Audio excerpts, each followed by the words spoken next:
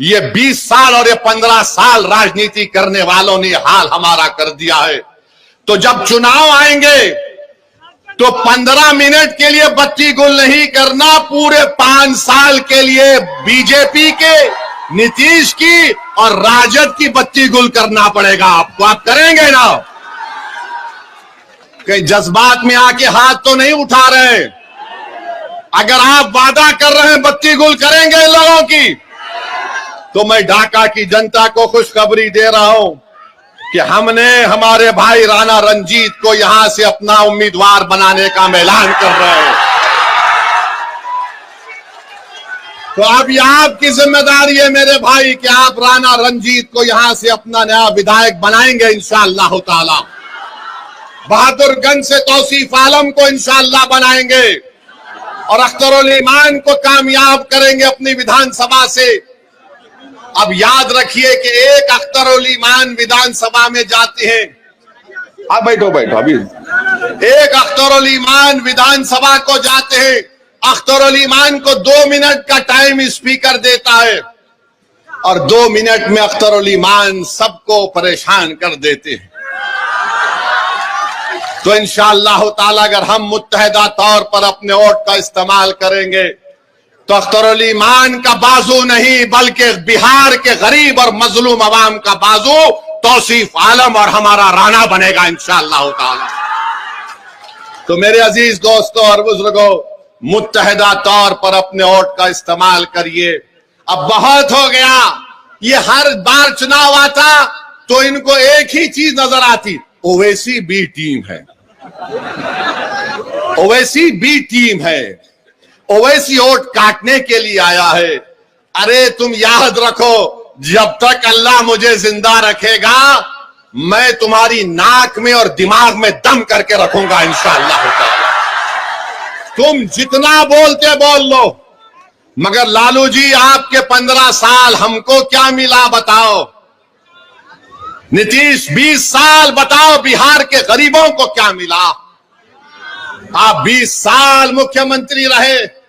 اب تو ایک ویڈیو دیکھا کہ جن گن من ہو رہا ہے تو نتیش کمار ہاتھ پکڑ کے ایسا ایسا کر رہے ہیں. نہیں معلوم کیوں کر رہے ہیں. شاید اختر الایمان کے پاس وہ ڈاکٹر بھی ہے، سیاسی ڈاکٹر بھی ہے. آپ بتائیے آپ کس کا ساتھ دیں گے؟ جس کو آپ نے 15 سال آزما لیا، جس کو آپ نے 20 سال دیکھ لیا اور ہم کو گالی دیتے تھے.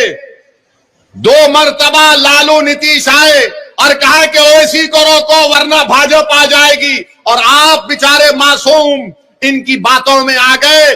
آپ نے ان کو ووٹ دیا مگر پھر وہ لڑ لیے، پھر ایسا لڑ لیے کہ بھاجپا آ گئی.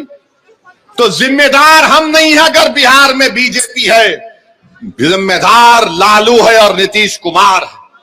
اور یاد رکھیے ہماری ذمہ داری نہیں ہے، ہم نے کبھی بھی فرقہ پرستی کا ساتھ نہیں دیا. ہم نے ہمیشہ ہندو مسلم اتحاد کو مضبوط کرنے کا کام کیا.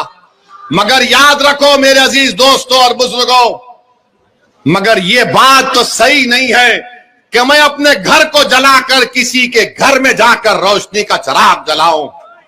میرا گھر اگر آباد رہے گا تو میں اپنے گھر کے چراغ کو جلا کر بازو کے گھر میں جا کر چراغ جلاؤں گا. ہم 50 سال سے اپنے گھر کے چراغ کو گل کر کے، اپنے گھر کو جلا کر راکھ کر کے کسی اور کے محل کو روشن کر رہے ہیں. اب محل کسی کا روشن نہیں ہوگا. پہلے رانا کے گھر میں ہم چراغ جلائیں گے، توصیف عالم کے گھر میں چراغ جلائیں گے، اختر الایمان کو کامیاب کریں گے.